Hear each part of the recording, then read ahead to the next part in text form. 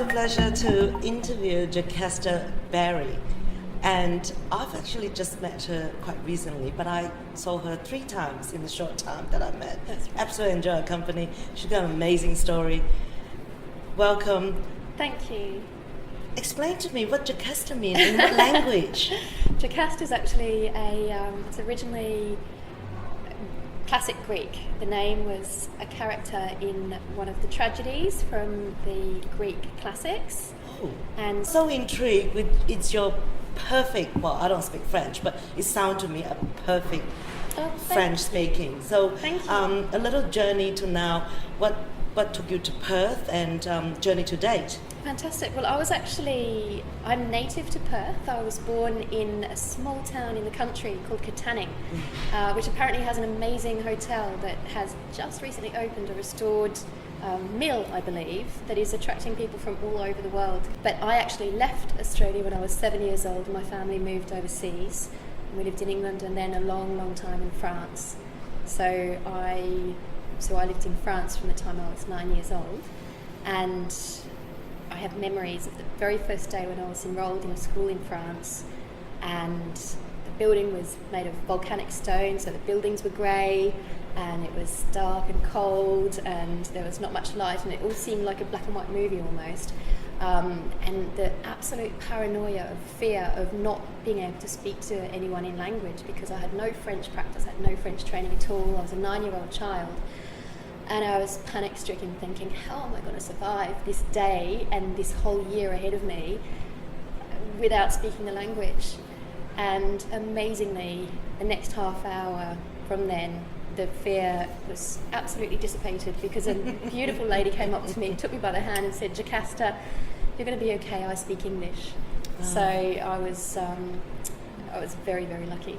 Journey, experiences in life, you all are able to utilize it in your current position. Absolutely, it's amazing. I have an image in my mind of my life being like several threads that started off kind of in disparate places, but as my life has evolved, the threads have all started weaving a beautiful tapestry together, and everything interrelates in a magical and very very effective and productive way.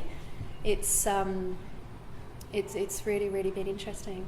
Now everyone's intrigued, what job is that? So I now run a translation and interlingual marketing consult company, which is called Australian Multilingual Services, and particularly all the travel that I have experienced in my life, and also very much the work that I have had in the advertising and publishing industry have really fed into and informed me in the service that now I provide to help people when they're actually marketing their products or services into different cultural environments and across languages. And you have indigenous translator too. We do, yeah. So that's been a very interesting journey for me since arriving in Australia, is understanding exactly the diversity of language in Australia and actually making connections with linguists for the languages. And it's not always easy because a lot of the languages in my experience are more oral than written. But it's something that we spend a lot of time developing links with, and the relationship with the linguists for the native languages here. It's very important that those languages are preserved. So I speak several languages as well, and people always say, how do you say that in this language? Sometimes it's not just that, because the philosophy is different. Absolutely. And your thinking, it doesn't translate directly. Absolutely. That we actually have experienced that firsthand with a land development company that wanted to publish its proposal into Aboriginal language, so that Aboriginal people could respond to the public opening for the tended to response. And what we found was that some of the words that are common in English language don't actually exist as concept for the Aboriginal language, because they aren't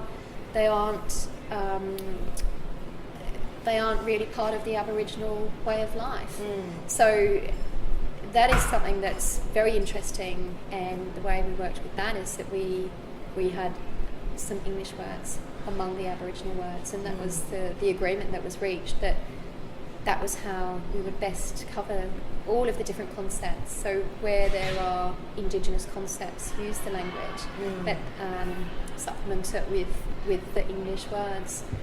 So that's an interesting thing, and that's a conversation that we're having with our linguists, whether new words are forming as these, as you know, modern concepts are coming into life, and whether new words are actually being formed in language for those concepts. So you're in Perth as part of the sponsor for Export Council? That's right. Yes. So our company has been very, very proud to be able to sponsor the West Australia Government Industry and Export Awards program this year. And I've been in Perth for the week, and since I've been here I've made some absolutely amazing connections, and it's been a really very productive week since I've been here. So I'm really pleased that our company has partnered with the program this year. Well, fantastic, and we'll look forward to seeing you in September. Absolutely. The actual gala night is there. Absolutely, I'm really excited about that, and I hope that you'll join us on the table that we'll Absolutely. have there. Fantastic. Now you Look make a forward to lifelong it. friends in Perth. Absolutely. Thank you for coming and sharing a bit of your journey. Thank you. It's been a real pleasure. Thank you so much.